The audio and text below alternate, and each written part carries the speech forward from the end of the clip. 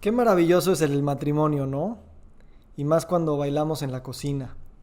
Uno puede recargarse en el brazo del otro, uno le sonríe al otro y también por estar bailando con el otro, te sientes un poco menos tonto por estar bailando con alguien. Porque bailar solo es un poco más vergonzoso, pero bailar con alguien pues siempre es mejor. La danza del wellness y del healthcare lleva sucediendo siglos, si no es que milenios. Hay épocas en las que pues es más un baile de pareja, otras épocas en las que cada quien baila solo en su cocina, y luego hay periodos en los que no se llega a distinguir si son dos entes separados bailando juntos o son una unidad simbiótica, inseparable e indistinguible. El healthcare tradicionalmente lo relacionamos con estos temas de biotecnología, farmacéutica, hospitales, seguros. El wellness, pues una combinación de acupuntura, meditación, spa, saunas, ese tipo de cosas.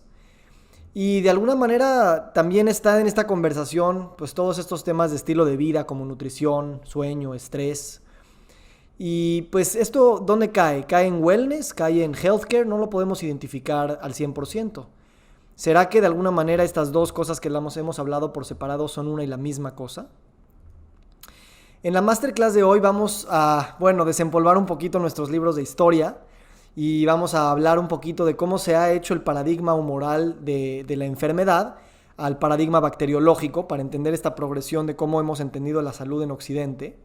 Después hablaremos del reporte Flexner y cómo ese fue un momento muy importante para separar de alguna manera las dos industrias de wellness y de la parte médica o de healthcare. Y luego un poquito de dónde viene el origen de la palabra wellness y por qué se ha popularizado en las últimas décadas. Después hablaremos de las tendencias de lo que es el wellness y lo que es el healthcare y lo que se está viendo hacia futuro a través de la tecnología, las nuevas tendencias académicas. Y concluiremos pues preguntándonos acerca de esta reunión no solamente conceptual, sino práctica, de que estas industrias tal vez no deberían estar tan separadas y divorciadas como han estado en Occidente en los últimos 80, 90 años. Gracias por acompañarme. Los que nos gusta la filosofía y los estudios del lenguaje sabemos que es imposible llegar a las definiciones finales de las palabras. O sea, es imposible llegar a qué es la salud. Y esto es algo que siempre va a requerir muchas referencias y referencias a otras referencias y nunca va a haber una definición completa. Pero de alguna manera tenemos que definir este concepto, al menos para esta clase, para que podamos referirnos a ella cuando hablamos. Y en ese sentido vamos a retomar, digamos, esta definición que muchos de nosotros la conocemos, la hemos usado, y que es este completo bienestar físico, emocional y social, y no solo la ausencia de enfermedad. Y sin embargo, si bien tenemos clara que esta definición en el diccionario pues está muy clara, pues la salud o el healthcare se ha enfocado mucho más en temas de bienestar o de salud física y sobre todo en temas de ausencia de enfermedad. Es decir, si ya no hay enfermedad, casi como que no tienes por qué estar en el mundo del healthcare, ¿no? Y pues como tal no se ha enfocado tanto en cómo es generar bienestar, sino simplemente quitar la enfermedad. Entonces, con el peligro de caer en un gran reduccionismo, podríamos decir que estas cosas que conocemos pues están hacia la ausencia de enfermedad y vamos a ver un poquito de la historia de esto, al menos en la parte occidental, que es diferente a lo que podríamos ver en la historia de la salud en Oriente o en las culturas precoloniales. Entonces, sí, como ustedes saben, el gran padre de la medicina es Hipócrates. Él es el fundador de la medicina y de alguna manera él fue el primero en rechazar los puntos de vista de sus contemporáneos que consideraban que la enfermedad era producida por supersticiones, como que te poseían espíritus o cosas diabólicas, o que los dioses ya no les caías muy bien y entonces te mandaban la enfermedad. Y él sostuvo que la enfermedad tenía una explicación física y racional, y por eso se le hizo el padre de la medicina. Entonces, de hecho, él sostenía que el cuerpo debería ser tratado como un todo y no como una serie de partes, describiendo con cuidado los síntomas de la neumonía, la epilepsia de los niños y otras enfermedades, y mantenía que el proceso de curación natural podía obtenerse por medio del reposo, una dieta adecuada, aire fresco, limpieza corporal e higiene y ese tipo de cosas. Y de alguna manera aquí empezó también la teoría humoral, ¿no? Esta idea de los desbalances de varios fluidos, que es lo que nos podría traer la enfermedad, de la bilis negra, la bilis amarilla, la flema y la sangre. Después llegó Galeno algunos siglos después, a principios del primer milenio, por ahí del año 150 a.C., de nuestra era, y él trajo la teoría humoral a su apogeo. Como Hipócrates, él clasificó las enfermedades en términos de excesos de varios fluidos. La inflamación, que es roja, caliente y es una dolorosa distensión, pues era atribuida a una sobreabundancia de sangre. Los tubérculos, las pústulas, los catarros, los nódulos linfáticos, todos fríos, pantanosos y blancos, eran un exceso de flema. La ictericia, que es cuando hay coloración amarillenta en la piel y en las mucosas, era exceso de bilis amarilla. Y para el cáncer, Galeno reservó el más malévolo e inquietante de los 4 humores, la bilis negra. Solo una enfermedad también tenía un exceso de bilis negra.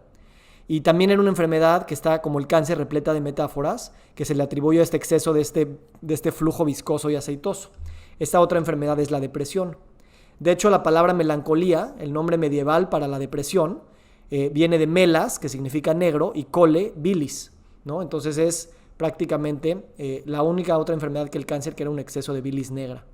Y entonces es curioso cómo la depresión y el cáncer, tanto física como psíquicamente, es pues una enfermedad pues muy difícil, y es siempre se siente como un flujo de algo negro atrapado y que no te deja salir, y que es como una masa enmarañada, ¿no? Entonces, por muchos siglos, desangrar fue el Tylenol de la época. Quemar era un remedio, quemar, cauterizar, vomitar o inducir diarrea, eran los medicamentos que se utilizaban por muchos siglos, ¿no? Y luego pasaron así el tiempo y llegó el Renacimiento, después llegó la Ilustración, por ahí del siglo XV, siglo XVI, siglo XVII, desde Copérnico y Galileo hasta Descartes, luego Locke, más adelante Newton, y una comprensión más científica, más ordenada, más cuantificable de lo que era la realidad empezó a aplicarse para todos los ambientes de lo que podría ser la realidad, y se empezó esta idea de la razón, ¿no? Y de que podríamos ordenarlo todo. Descartes fue pues un gran personaje en este movimiento, porque él nos introdujo este concepto de la ciencia moderna o la ciencia clásica.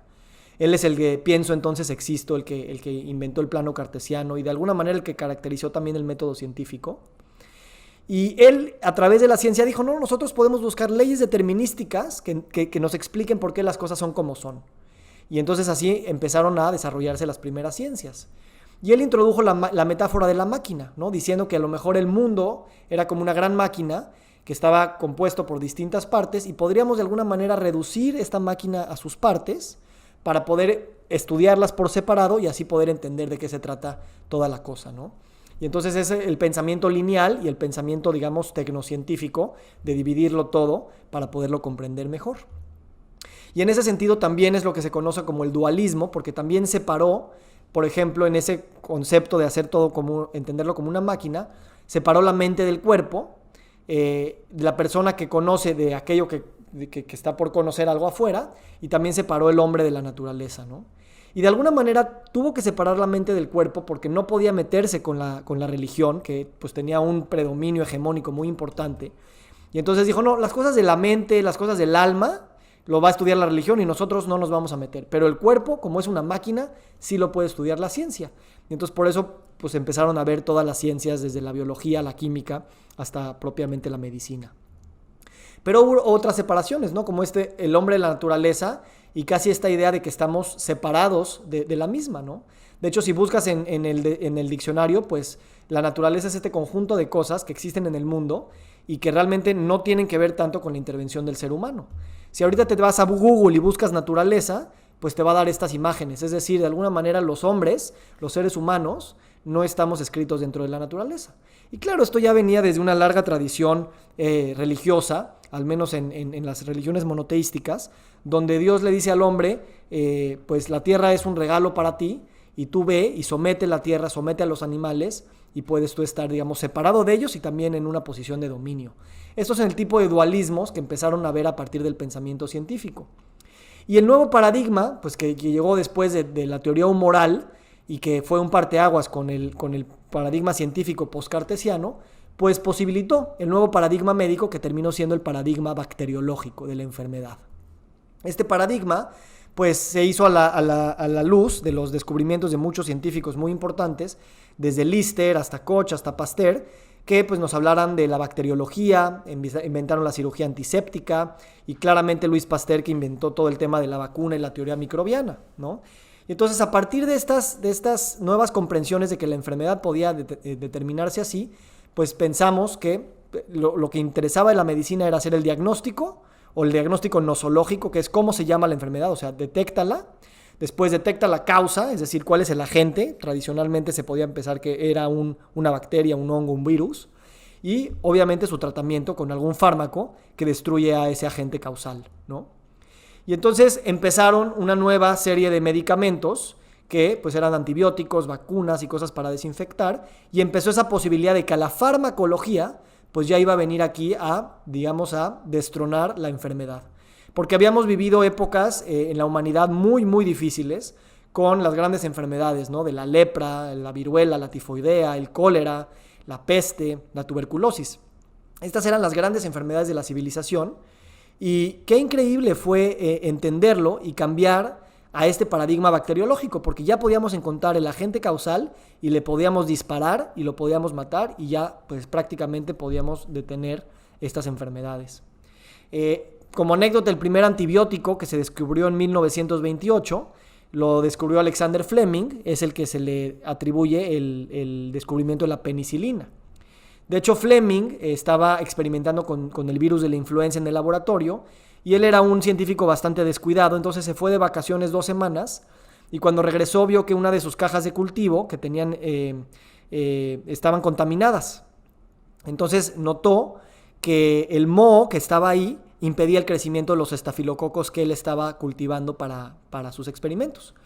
Entonces se dio cuenta que de ahí había un efecto antibiótico, ¿no? Que mataba a estos estafilococos y de ahí nació el primer antibiótico que hoy es el más utilizado en el mundo, la penicilina, ¿no?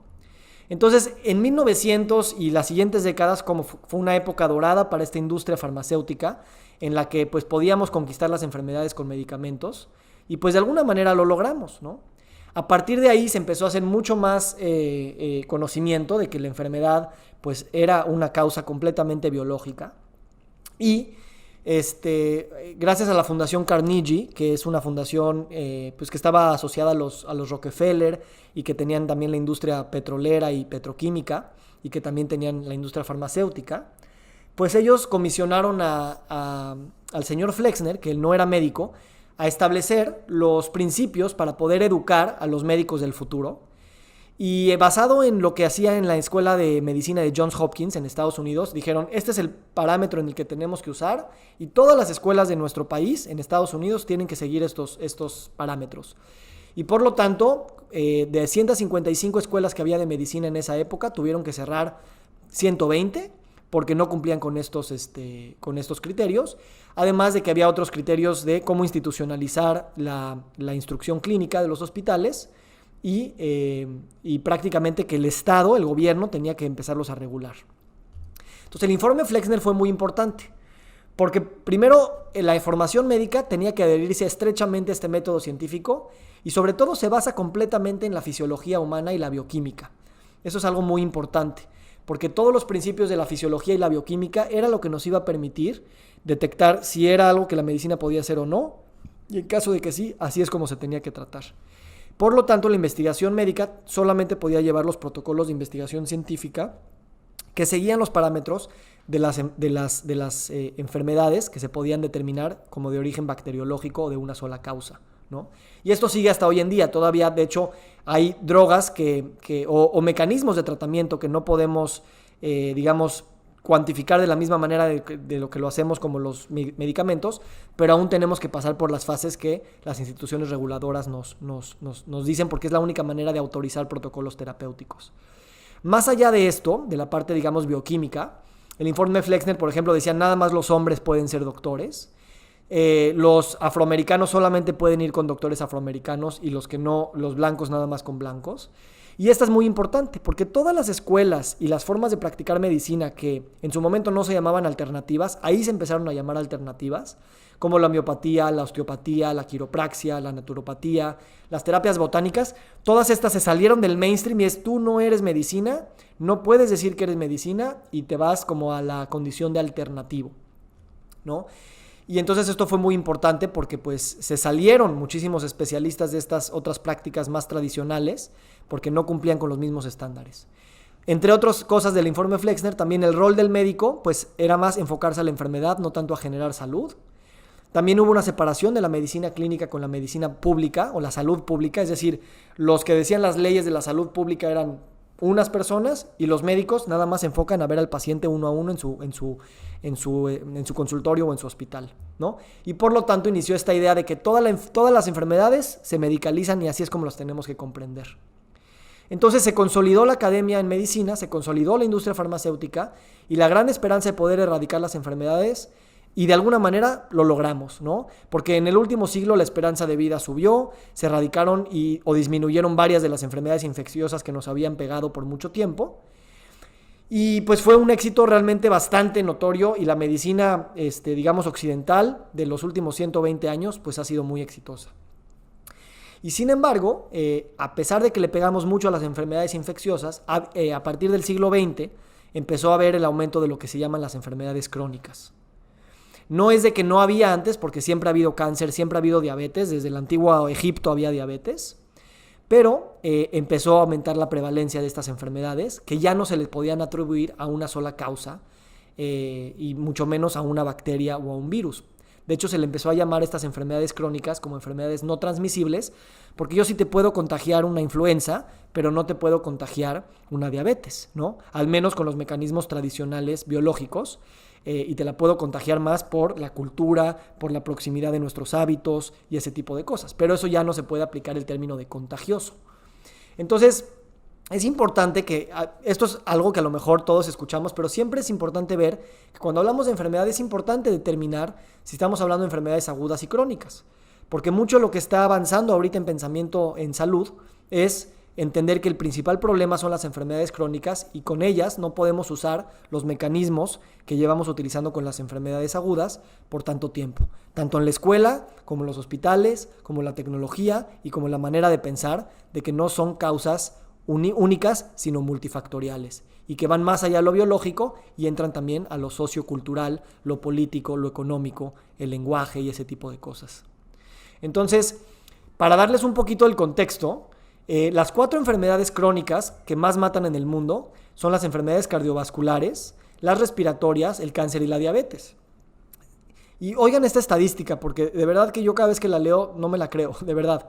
70-80% de la población mundial muere por estas causas. No por causas de enfermedad estas son, por cualquier causa.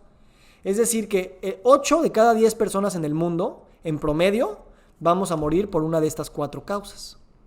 Y entonces, obviamente los puedo abrumar con estadísticas y números, pero no es necesario, porque todos sabemos que las enfermedades crónicas nos hacen gastar más, porque son enfermedades que duran toda la vida, por eso se llaman crónico-degenerativas.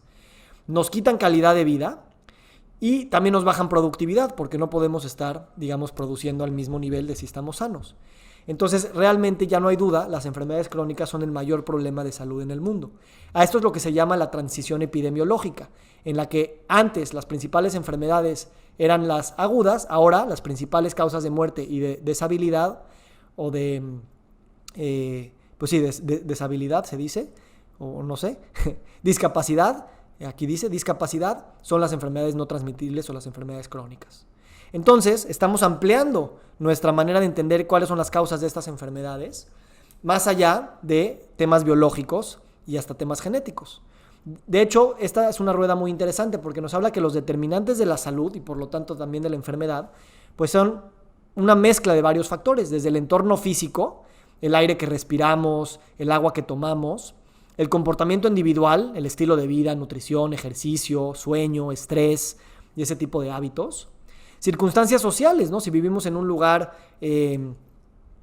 vamos a pensar, seguro, si hay violencia, si hay discriminación, si hay crimen, ese tipo de cosas cambian mucho pues nuestros comportamientos y nuestra alimentación y pues nuestro bienestar mental y nuestro bienestar físico.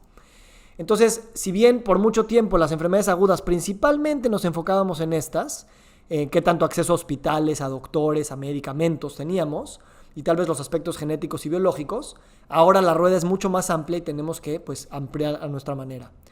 Esto nada más es como dato curioso. Si vemos cuánto gastamos en cuidado médico, es mucho más desproporcionalmente al porcentaje de causa de la enfermedad que nos puede generar. Es decir, a lo mejor el acceso a temas médicos es lo que más le invertimos cuando queremos generar salud y a los demás, como el comportamiento, como el tema de dónde vivimos o factores socioeconómicos, no les invertimos tanto porque todavía no comprendemos que tienen tanta injerencia en nuestra salud. Y por eso hay estos determinantes, lo que llaman los social determinants of health, o los determinantes sociales de la enfermedad, entendiendo que el 89% de nuestra salud ocurre fuera del espacio clínico. Ocurre en la escuela, ocurre con nuestra educación, ocurre en la comunidad, ocurre en todos los lugares donde nosotros vivimos. Y por eso tenemos que pensar en salud en este espectro mucho más amplio que lo que normalmente nos acostumbraron las enfermedades agudas, de te sientes mal, ve a ver a tu doctor, y todo depende de pues el conocimiento del doctor, la tecnología que tenga el doctor, el medicamento que tenga el doctor, etcétera, ¿no?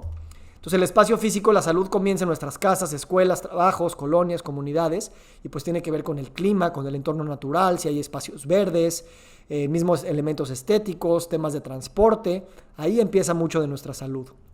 Igual con los sociales, ¿no?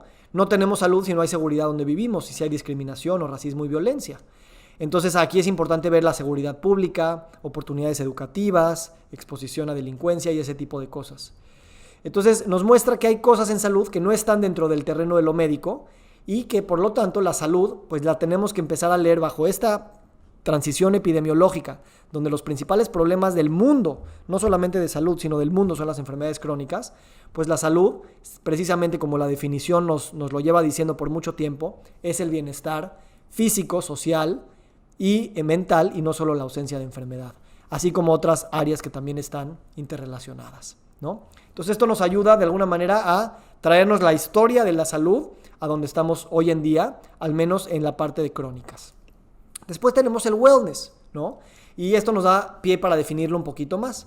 Porque wellness normalmente te imaginas que es esto, ¿no? O sea, así como en healthcare son hospitales, clínicas y médicos, en wellness es, no, pues es un masaje, es un spa, es un jugo orgánico, es una señora haciendo yoga, viendo el mar, ¿no? Las montañas. Y de alguna manera sí, o sea, el wellness por mucho tiempo se ha caracterizado como estas terapias, estos spas y esta manera de verlo, ¿no? Yoga, meditación, ayurveda y ese tipo de cosas. Pero realmente también el wellness se está ampliando conceptualmente, así como lo está haciendo la salud, para entender que están los aspectos emocionales, espirituales, físicos, sociales y ocupacionales. El wellness no es tampoco yoga y jugos orgánicos, ¿no? De hecho, aquí también hay una genealogía de wellness, y si se dan cuenta, por milenios, pues ahí está la ayurveda, la medicina tradicional china, la medicina de la antigua Grecia, la homeopatía que tuvimos a finales del siglo XVIII, hidroterapia, quiropraxia, pues ahí estaban, y de repente pues llegó el reporte Flexner, y de alguna manera pues estas las delegaron a medicina alternativa dentro del canon occidental, y pues el wellness realmente empezó a retomar su fuerza por ahí de 1960, cuando un doctor precisamente empezó a introducir esta palabra, que ahorita les voy a hablar de él.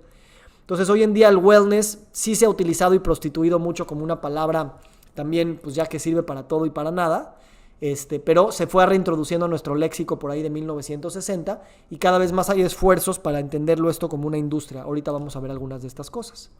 Entonces, como decíamos, en el informe Flexner venían de alguna manera healthcare y wellness muy, muy pegaditos, porque no había esta diferencia entre alternativo y no alternativo, y casi podríamos pensar que el divorcio se firmó con este reporte y se separaron las dos industrias. Y por un lado, wellness creció mucho, sobre todo a partir de los últimos 30, 40 años, ahorita, y healthcare a partir de 1910, pues que despegó de una manera impresionante, y hoy es una de las industrias más grandes del mundo, ¿no? La industria del healthcare. Entonces, para platicarles de dónde viene el término de wellness, en 1958 este doctor que hacía mucho temas de salud pública dijo, ¿saben qué? O sea, nosotros sabemos que la salud es este completo bienestar físico, emocional y social, y no solo la ausencia de enfermedad, pero siempre vemos esta definición como con un lente que está como un poquito con un cristal oscuro, lo vemos de manera oscura, y por lo tanto nos enfocamos nada más en tratar de fijar nuestra atención en la enfermedad y en la muerte, y eso es lo que trataremos de evitar, y no tanto en la generación de bienestar para prevenir la enfermedad en primer lugar. Entonces él escribió este paper que se llama High Level Wellness for Man and Society, y a partir de ahí empezaron a ver algunos doctores, algunos hippies que empezaron a seguir este término, Y de ahí empezaron a nacer otros términos como medicina preventiva, como wellness, como medicina integrativa, como medicina holística, que de alguna manera empezaron a aplicar estos conceptos del wellness, de potencializar el bienestar de las personas y no nada más enfocarse en tratar de curar las enfermedades o los problemas, y empezó a desarrollarse mucho más. En primero, muy chiquito, en clínicas aquí y allá, clínicas integrativas, clínicas holísticas, y ya en los últimos 30 años de una manera mucho más masiva, con otras industrias sumándose a este movimiento, ¿no? Entonces hay una lectura interesante que no vamos a hacer hoy de la medicina, de la fusión de la medicina, del wellness médico, por así decirlo, del wellness médico, que es una tendencia muy importante, y que ha funcionado muy bien. Hoy voy a hablar de algunos temas, pero hoy nuestro tema es más de la industria del wellness en su totalidad y cómo está muy interrelacionada con la industria del healthcare en su totalidad, ¿no? Entonces, el wellness es importante redefinirlo desde esta perspectiva más allá de la yoga y el jugo verde, y entenderlo como este sentido holístico de equilibrar varias esferas. Y la que más me gusta es esta idea de responsabilidad del individuo. O sea, la salud ya no puede estar en tu gobierno, que te tiene que proveer de clínicas y medicamentos, en tu médico, que te tiene que decir qué hacer, ¿no? O sea, piensen en nuestros hijos, ¿no? Yo me acuerdo muy bien cuando llevé a mi hija de 3 años al doctor, me cayó un 20 muy cañón, porque tú llevas a tu hija, le da una enfermedad y la llevas al doctor y el doctor te dice qué hacer. Y lo que tu hija aprende en ese momento es como, la que sabe de mi salud es mi doctor. Cada vez que tengo un problema de salud, pues voy con el doctor, él es el que sabe. Y claro, no los vamos a satanizar, al contrario, siempre llévalos al doctor. Pero el concepto de que la responsabilidad de tu salud está fuera de ti es algo que el wellness nos está tratando de recordar, que tenemos que reapropiar. La salud es responsabilidad de uno mismo y tu doctor te tiene que decir, tu salud es tu responsabilidad y yo te voy a empoderar para ello, ¿no? Entonces, por eso me gusta mucho este concepto de wellness y ahorita vamos a ver cómo se relaciona con el healthcare. Entonces, estas definiciones son muy importantes y la idea es ir creciendo el potencial de las personas a la hora de ayudar a equilibrar las distintas esferas del bienestar. Y entonces, hablando de la industria del wellness, pues es una industria que también es muy grande, pesa $4.5 trillones. Está creciendo muy rápido, de hecho es una de las industrias colectivas que crece más rápido en el mundo y te involucra temas como temas de antienvejecimiento y belleza, todos los temas de actividad física, gimnasios, suplementación, turismo de bienestar, todo el tema de dietas y nutrición también cae dentro de la industria de wellness. Y les preparé algunas diapositivas con algunas tendencias un poco más a profundidad, pero un poquito más adelante. Ahorita nada más quería como terminar la parte de definir el wellness, entender la historia del wellness, para ahora sí ya llegar al tiempo presente y hablar de las tendencias del healthcare y las tendencias del wellness por separado, que diré después, para encontrarnos más hacia el final de la clase en esta congruencia total entre las cosas que estamos haciendo como tendencias. ¿Sale? Entonces sé que voy un poco rápido, pero bueno, ahí están las diapositivas y vamos para allá. Entonces, en healthcare, sabemos que son los sectores de seguros, marketing, farma, tecnología y administración. Es una industria de $8.1 trillones. Y les voy a platicar algunas tendencias que están habiendo. Están los temas tecnológicos, así también como los temas académicos o nuevas formas de pensar en temas de medicina, ¿ok? A la luz sobre todo de las enfermedades crónicas. Cuando les presente todas estas cosas, me gustaría que lo vean desde esta perspectiva de que cuando tú hablas de un cambio tecnológico, esto es lo que lo vuelve más interesante. No es nada más que va a haber clonación y va a haber fertilización in vitro más profesional y ese tipo de cosas, sino cómo estas cosas realmente no nada más llegan y se suman, sino que cambian todo. Eso es lo que le llamamos que el cambio no es aditivo, sino tecnológico. O sea, imagínate que tienes un vaso de agua y le echas una gota de colorante rojo. No es de que es el agua como estaba y ahora la gota roja. Ahora ya todo el agua cambió. Cuando fue la imprenta, en Europa no era que estaba Europa y llegó la imprenta y ahora es Europa más la imprenta. Toda Europa, la conceptualización de lo que era Europa cambió, ¿no? O cuando llegó la televisión también llegó a cambiarlo todo.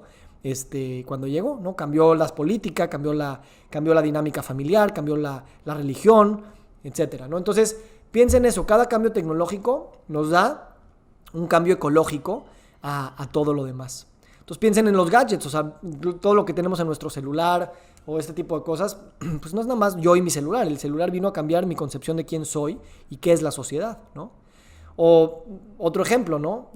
Aún no nos da tiempo de procesar las tecnologías actuales y ya tenemos empresas como de Elon Musk que ya están tratando de fusionar a la humanidad con la inteligencia artificial a través de chips implantados en el cerebro, ¿no? Que hoy suena como ciencia ficción, pero bueno, hace 10 años también tener Netflix era una ciencia ficción, ¿no? Entonces, lo que digo es que estas cosas no solamente se van a lograr y prepárense, sino vamos pensando en las condiciones ecológicas que van cambiando nuestra concepción de lo que es la salud, el bienestar, la sociedad, etcétera, ¿no?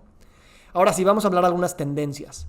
Obviamente, pues está la impresión 3D, ¿no? Esta promesa de poder imprimir órganos y pues mañana te falla el hígado y vamos a poder imprimir un hígado con células madre y otros mecanismos biotecnológicos. Así como estamos imprimiendo carne para poder comer, eventualmente ya vamos a poder imprimir órganos. Y esto ya se logró, ya se han podido imprimir orejas, vejigas, órganos muy simples y poco a poco pues vamos a órganos más complejos como el corazón o el riñón. La robótica, ¿no? Pues ni se diga, todos los beneficios que nos ha podido dar para temas de cirugía y otros temas. Big Data, ¿no? Pues toda nuestra información está en data y con la inteligencia artificial, pues vamos a poder minar una cantidad de datos que realmente ahorita ni siquiera nos caben en la cabeza, pero nos van a cambiar de una manera sustancial la manera en la que pues vivimos, ¿no? La información que tenemos, los diagnósticos que podemos hacer, etcétera. Lo que la inteligencia artificial va a poder hacer con esto, pues es magno, ¿no? El otro día estaba oyendo un caso de una app que ya detecta, o más bien puede determinar problemas en rayos X mucho más preciso que los doctores más expertos, ¿no? Porque pues ellos se alimentan de bases y bases de datos, como la computadora que le enseñaron a jugar ajedrez porque cargaron todos los juegos de ajedrez de la historia de la humanidad, incluidos los que han jugado contra computadoras, y pues claro, eventualmente nos terminan rompiendo la cara, ¿no? Lo cual es bueno, pero también abra otra vez a una posibilidad diferente ecológica de transformación. La telemedicina, pues ni se diga, biología sintética, ¿no? Es una disciplina reciente que busca la creación de nuevos organismos programables, de alguna manera con esta idea de fusionar la biología con temas sintéticos, ¿no? La manipulación genética es una tendencia también muy importante en healthcare y pues que también tiene muchas implicaciones sociales y culturales. Y una muy fuerte con la cual estamos todos muy, muy implicados es la salud digital, ¿no? Y esto tiene unas ramificaciones enormes, ¿no?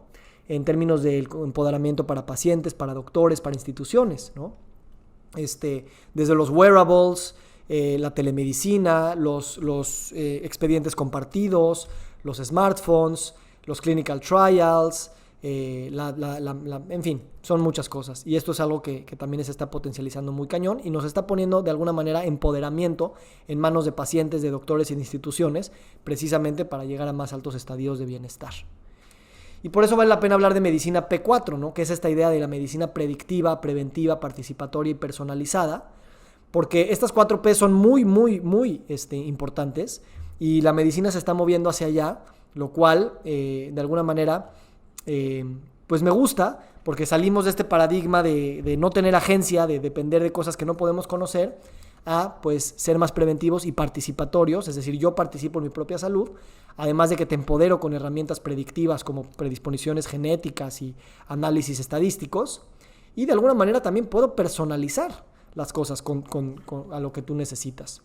Entonces, para mí esto no es una tendencia, digamos, que la podemos detectar en una cosa en específico, sino que está siendo, utilizada transversalmente en todas las tecnologías, en todas las disciplinas de las ciencias de la salud, ¿no?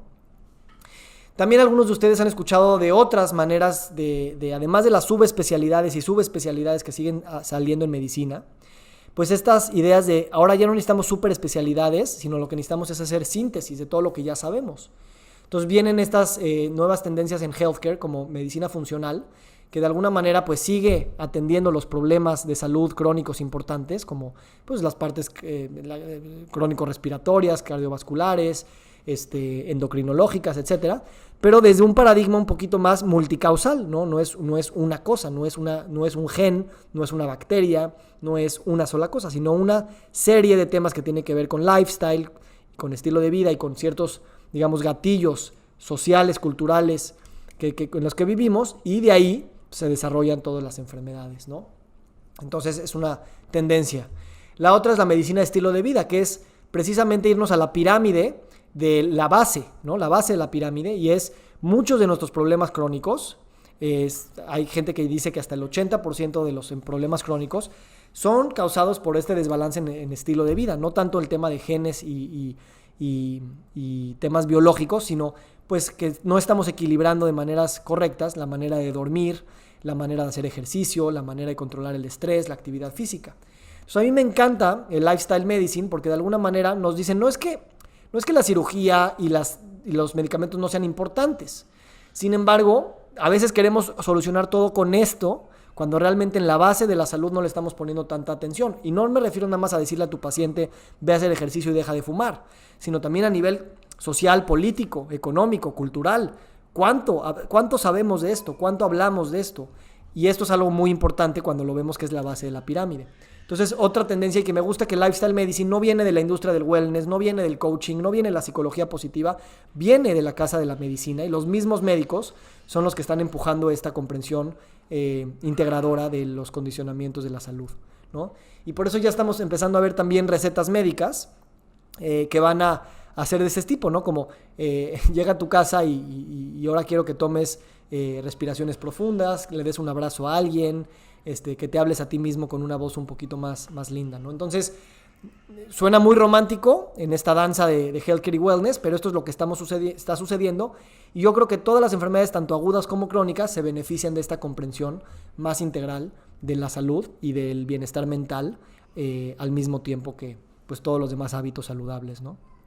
Entonces, para cerrar las tendencias del healthcare, pues vemos que de alguna manera estamos pasando de una medicina reactiva a una medicina más proactiva y predictiva, más personalizada, descentralizada, ¿no? No nada más es clínicas, doctores, hospitales, sino también toda una serie de actores económicos, empresas, institucionales, sociales, educativas, que se descentralizan los temas de salud, empoderada, ¿no? Porque de alguna manera tú también estás en control de tu salud, y tal vez más basado en generación de valor, y el valor realmente es la salud, ¿no?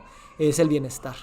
Entonces, los drivers, pues aquí son varios, desde la tecnología hasta la infraestructura. Como les digo, esto es un pensamiento muy amplio, y esta clase no tengo ganas de dejarlos como en escasez de, hay tanto que saber. Es una probadita para que esto todo requiere un mayor análisis, y sobre todo que nos reunamos entre nosotros que nos interesan estos temas para establecer cómo vamos a hacer que los paradigmas sigan permeando a nivel sistémico y no nada más a nivel, digamos, muy, muy particular.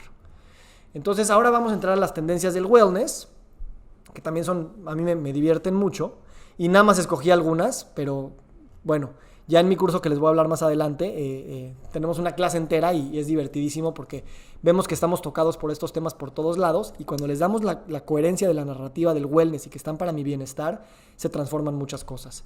Espero darles esta probadita en estos minutos. El wellness real estate es una de las tendencias más importantes en wellness, porque se está dando cuenta que nuestro ambiente construido pues es muy determinante para la salud, como venimos diciendo.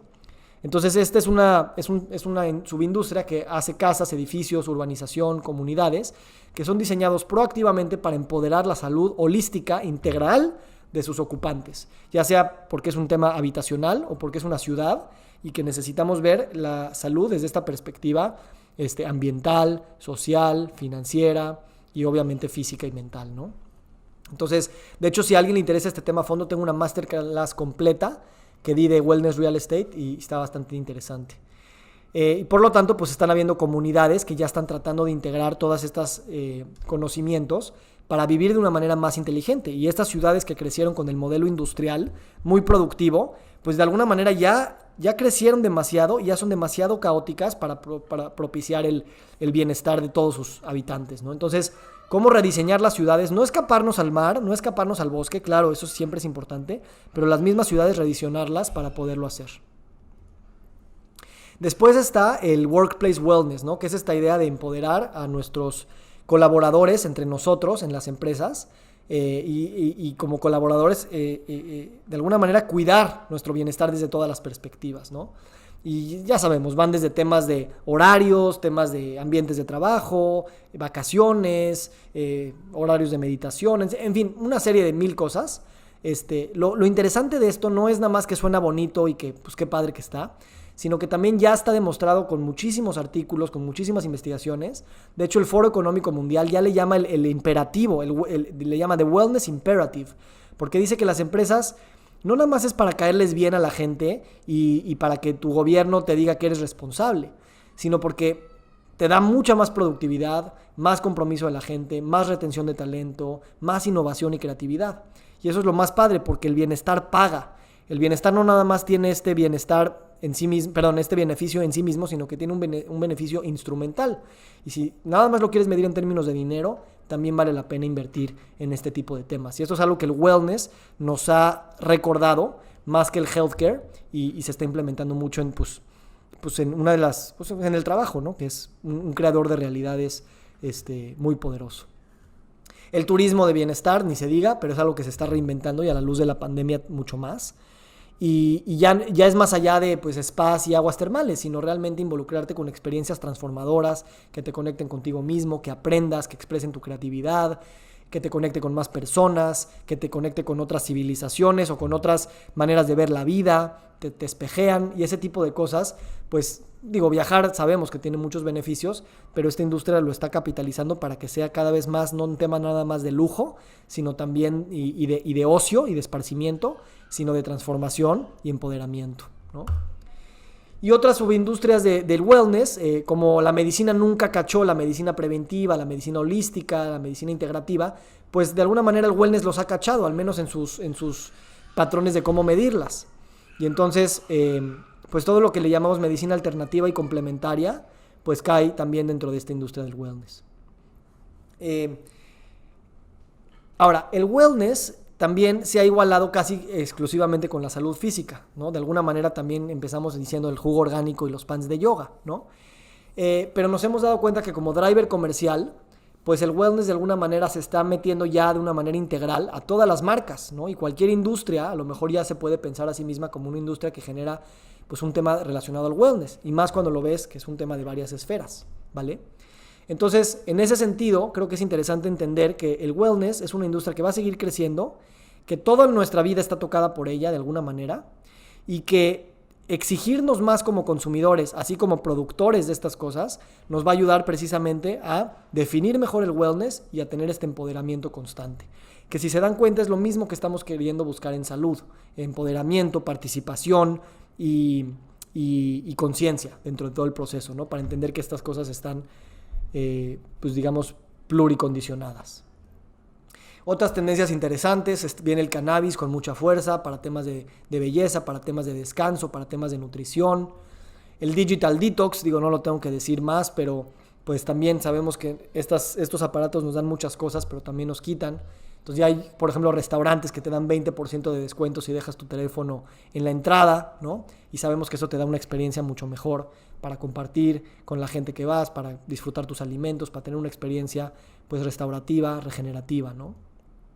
Las cocinas también es una tendencia interesante que me encanta. Es un acto radical cocinar en esta sociedad donde no tenemos tiempo, no tenemos ni siquiera acceso a veces a alimentos frescos. Y cocinar, pues, de alguna manera nos ayuda a muchas cosas en el bienestar. Uno, nos permite reunirnos, nos permite cocinar con más personas, compartir los alimentos en un ambiente sano, proactivo, constructivo. Nos hace también, pues, con cocinas que puedan exhibir productos frescos que se te antojen más. Ese tipo de cosas.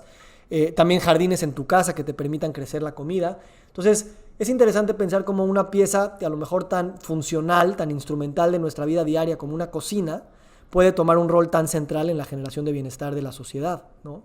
Y creo que todas las industrias a la luz de que empiezan a leerse como productores de bienestar dicen, claro, o sea, yo sí produzco colchas o produzco coches o produzco celulares y entiendo que mi rol es bienestar integral, pues te das cuenta que podemos hacer muchas cosas, no solamente en tu producto y servicio, sino también en el marketing, también en cómo haces el sourcing de tus insumos para poder producir lo que produces y obviamente en la comunidad que estás generando, que son los consumidores de tu producto, ¿no?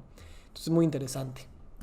Otras de las tendencias son estas clínicas, de alguna manera, que son que combinan, digamos, medicina occidental normal y la combinan con terapias alternativas, holísticas, ancestrales, biohacking y todas estas cosas.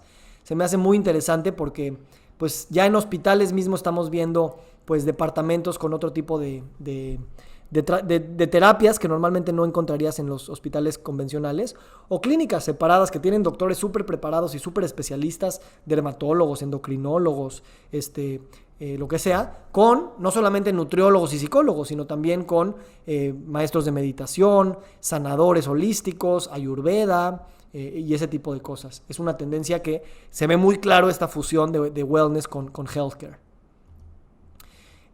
También la conexión con nuestras culturas endémicas en los países que fuimos colonizados por Occidente.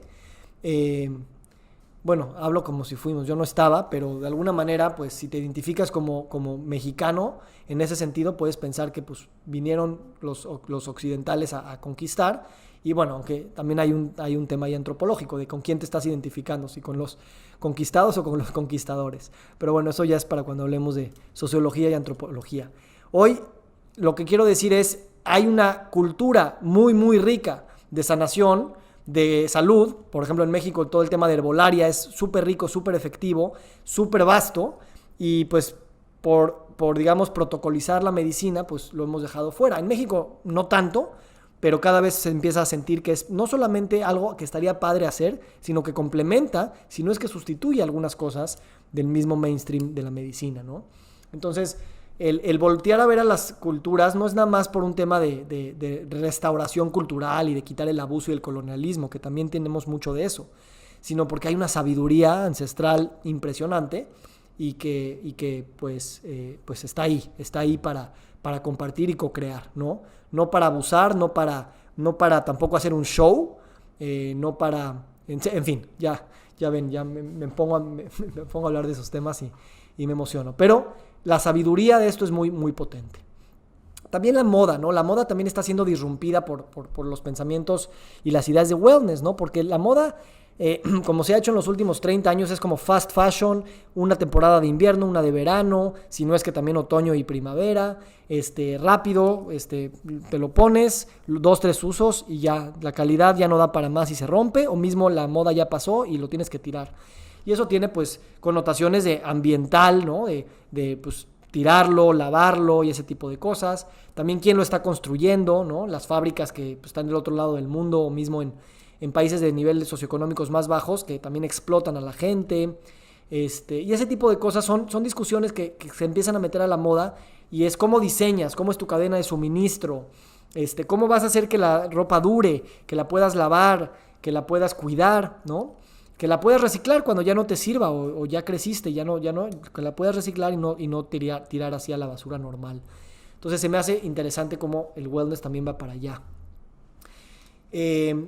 Obviamente involucrar a todas las edades, ¿no? Porque a veces el wellness es como, no, pues las mamás que hagan yoga, ellas son las del wellness, ¿no? Pues el wellness es una filosofía de vida. Entonces, pues para niños y para las CrossFit grannies, ¿no? Las abuelitas CrossFit, estamos redefiniendo los conceptos y de alguna manera también involucrando a todos en la conversación, porque pues eso es lo que hablábamos, del empoderamiento y la corresponsabilidad del bienestar. Entonces también hay tendencias interesantes tanto de productos y servicios para estas poblaciones, como la resignificación de las etapas, o más bien, la resignificación de lo que es la niñez, el ser adulto y el ser mayor, ¿no? Tanto en la industria del healthcare y la industria del wellness estamos redefiniendo los conceptos y las identidades de lo que es la edad y el envejecimiento, ¿no? Lo cual, como venimos diciendo, es un cambio ecológico, tendrá cosas buenas y cosas malas. Pero, por ejemplo, piensa en el concepto anti-aging, ¿no? Anti-aging ya estás como diciendo anti-algo, y el ser anti-algo ya estás también haciendo como cosas de buenos contra malos, o cosas que queremos evitar a toda costa. Es como la salud no puede pensar que la muerte es el peor malo, porque entonces vamos a luchar con todo contra la muerte y pues siempre vamos a perder, ¿no? Entonces, reconceptualizar estas cosas también es parte de esta discusión de hacia dónde se está moviendo el wellness y cómo se está, digamos, reemparentando con el healthcare. Digo, no lo tengo que decir también, la meditación pues ya es Dicen que la meditación es la nueva yoga, ¿no? Hace 20 años ver a alguien haciendo yoga era muy raro, era muy hippie, y ahora es muy normal. Dicen que la meditación va a ser igual en 10, 15 años. O sea, vas a ver gente meditando en tu oficina, en tu aeropuerto, en tu casa, y va a ser algo mucho más normal. Y se me hace interesante porque wellness aquí también ha brincado el puente y ya el mismo healthcare ya está involucrando estas prácticas para mejorar pues cualquier tipo de condición, ¿no? Como no una práctica nada más para cuando tienes diabetes, sino para cualquier persona que quiere vivir en bienestar. Y bueno, pues obviamente los wearables también se vienen muy muy fuertes cada vez más, los sensores en tu ropa, en tus tenis, en tu reloj, etcétera. Y con esto de la medicina P4, pues creo que es muy empoderante, aunque también puede ser enajenante y ya nada más quedarte viendo tus números, y también eso puede tener sus propias connotaciones. Entonces, como dije, lo que necesitamos es el pensamiento crítico para recibir estas tecnologías, utilizarlas, pero también no dejarnos utilizar por ellas, o al menos ser críticos cuando eso sucede, ¿no? Ya voy por terminar estas tendencias. Esta me gusta mucho, que es que de alguna manera los entretenimientos, la televisión, Netflix y todo eso, también ya cada vez más es temas de bienestar, temas de wellness, ¿no? Y lo que le llaman el Holy Well, ¿no? Hollywood se casa con wellness. Y está muy padre porque, pues qué padre que tengamos estos aprendemos mientras vemos la tele, y pues que sean contenidos de empoderamiento de alguna manera, ¿no? Es algo relativamente nuevo. Siempre ha habido la tele educativa, siempre ha habido los problemas de ciencia, pero ahora se va mucho más al mainstream y se va mucho más también a lo cool, ¿no? Es cool cuidarte, es cool comer bien, es cool sonreír, es cool, etcétera, ¿no? Y entonces eso también cambia los significados culturales y por lo tanto lo que estamos demandando de nuestro entretenimiento y de los productos y servicios con los que vivimos. También otra cosa muy interesante es que el wellness, si bien al principio era como, tómate este suplemento y vas a estar increíble, ¿no? O ponte este nutriente intravenoso y tu vida va a cambiar. O tómate este jugo, ¿no? Y realmente tenemos también que trascender ese reduccionismo, porque no es, ay, te doy un boost y entonces ya puedes seguir con tu vida acelerada, ¿no? Lo que necesitas es el equilibrio, es el balance. Entonces también el wellness se está empezando a matizar, a entender que no hay una solución, un anillo que le gane a todos los demás anillos, y hablar de estos temas de balance, de equilibrio, de conocernos y de solo ir construyendo estas posibilidades integradoras, ¿no? Y entonces la industria del wellness de alguna manera también se dan cuenta que si tú nada más ofreces un producto, pues hace sentido relacionarte con otras empresas que hacen cosas similares de bienestar. A lo mejor si tú tienes una clínica de médica, a lo mejor te conviene asociarte con un gimnasio, y también te conviene asociarte con una tiendita de comida orgánica, y también te conviene asociarte con en fin, y entonces ya se empiezan a pensar en estas sincronías que nos ayudan a empoderar a nuestros clientes y pacientes, ¿no? Igual como usuarios, no nada más te hace sentido ir con un doctor, un especialista o tomarte un suplemento, sino es una serie de cosas que vas a hacer para tu vida, para balancearte en tu proceso de empoderamiento y generación de bienestar. Y ya por último, les traje esta que se me hace muy interesante, que también las discusiones del dinero, las discusiones de cuál es el rol que juega el dinero en nuestras vidas, también está siendo un tema muy importante en temas de bienestar. Antes era un tema tabú, como la religión, como el sexo, como la política, y ahora hablar de dinero es parte fundamental de los procesos de sanación. Tengo un amigo doctor que te dice que tiene pacientes diabéticos y que a veces con ellos lo que necesita es trabajar el tema de su matrimonio, más allá de temas de su dieta, o temas de su trabajo, o temas de su dinero, que temas de su insulina, ¿no? Y que esa es parte del proceso de sanación. Entonces, todos estos temas tabús están también muy entremezclados con la identidad que tenemos de nosotros mismos y por lo tanto pues con las enfermedades crónicas. El Wellness Global Institute tiene un repositorio de evidencia científica para los que tenemos esta idea de que queremos todas pruebas científicas publicadas de todas estas terapias wellness y de su efectividad terapéutica, ¿no? Más allá de decir que funcionan, probar que funcionan. Y es muy interesante. Si a alguien le interesa algo de esto, o así como cualquier contenido que hayan visto hoy, les puedo compartir referencias, gráficas, etcétera, ¿vale? Entonces, para ir cerrando, vamos viendo que el nuevo paradigma científico postcartesiano precisamente posibilitó el paradigma bacteriológico, el médico, pero ahora me gustaría pensar que estamos entrando en este paradigma ecológico, ¿no? En el que Y ecológico no se refiere obviamente a nada más la parte de medio ambiente, ¿no? Ecológico es esta idea de todo está interconectado. Y claro, pues la medicina, la salud, el bienestar, pues es una interconexión de esferas, interconexión de lo físico, lo biológico, lo genético, con lo social, con lo cultural, con lo económico, con lo medioambiental. Y desde esa perspectiva podemos leer mejor nuestras enfermedades y nuestras posibilidades de generar bienestar. Si el paradigma científico nos hizo querer targetear, dispararle a una sola causa, a la célula que está dañada, a la bacteria que nos está haciendo mal, a los genes que vienen defectuosos, el paradigma ecológico de alguna manera nos hace ver que son todas las interacciones. Nos interesa entender los nodos por separado, sí las células, sí los genes, sí las bacterias, pero también las relaciones múltiples que hay entre todas estas, y ahí es donde podemos encontrar nuevos significados, nuevas posibilidades de generar instituciones, educación, productos, terapias y este tipo de cosas para generar salud y bienestar. Entonces, de hecho, en homeopatía se llama esto la medicina del terreno. La medicina del terreno es esta idea de que no te enfoques nada más en el patógeno que tu cuerpo está recibiendo, sino enfócate en tu cuerpo. ¿Cómo está tu cuerpo cuando llega el patógeno, ¿no? En COVID lo estamos viendo. Las personas más vulnerables son las que ya tienen el sistema comprometido por alguna enfermedad crónica. Entonces veamos el terreno. Y ahora, el terreno no nada más es el sistema inmunológico o el cuerpo. El terreno también es la sociedad donde estamos viviendo, la cultura. Ahí también está habiendo una interacción de sistemas micro y macro en una relación constante, ¿no? Aquí me hubiera gustado ponerle muchos circulitos uniéndolo a varios niveles, ¿no? Entonces aquí están otra vez los circulitos, sabiendo que es un tema integrador. Entonces las grandes enfermedades del pasado no son las enfermedades del presente. Y entonces tenemos que actualizar nuestras maneras de pensar de estas enfermedades y de estas necesidades de salud para abordarlas desde una perspectiva mucho más integradora, generalizadora, que use la tecnología, use la superespecialización, pero también interconecte todas las esferas. Y como el healthcare y el wellness realmente tiene que ver con cosas que están dispersas. Entonces, si tú eres educador, si tú eres médico, si tú eres biólogo, si tú eres sociólogo, no importa. Todos estamos de alguna manera dentro de la industria o dentro de la generación de bienestar, porque estamos comprendiendo quién somos, creando quién somos de manera constante. Y eso se me hace fascinante, y por eso a mí en particular me encanta estar en esta industria, porque pues todos mis roles de alguna manera están actuando hacia esta dirección. Además de que obviamente me encanta porque dando estas clases también voy aprendiendo cosas que yo puedo aplicar en mi vida y ese tipo de cosas. Entonces, ¿será que están demasiado divididas el healthcare y el wellness?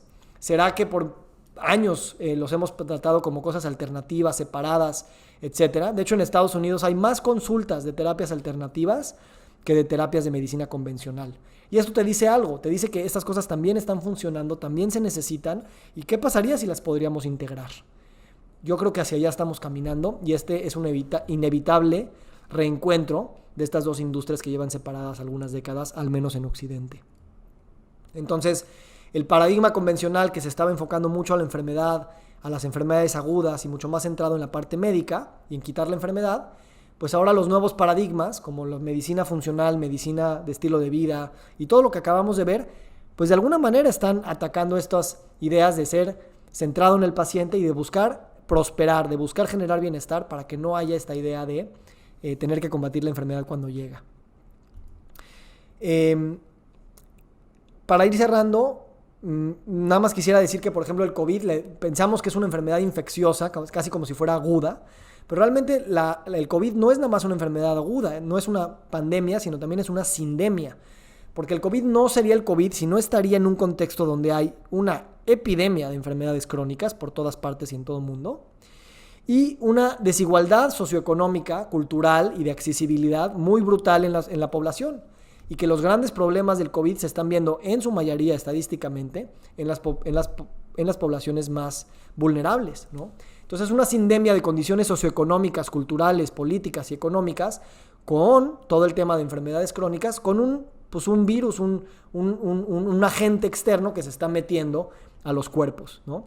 Entonces esto nos hace pensar de manera mucho más sistémica y con eso te das cuenta que wellness y healthcare pues tienen mucho que hacer dentro de todo esto. Y si te vas a las metas de desarrollo sostenible que se llevan empujando en los últimos años en la ONU y otras organizaciones mundiales, pues todas también te das cuenta que están interrelacionadas y que tal vez también son la misma cosa, porque pues educación, acceso a temas de salud, temas de pobreza, de inequidad de género, todas estas cosas, como vimos, son determinantes de salud y de enfermedad.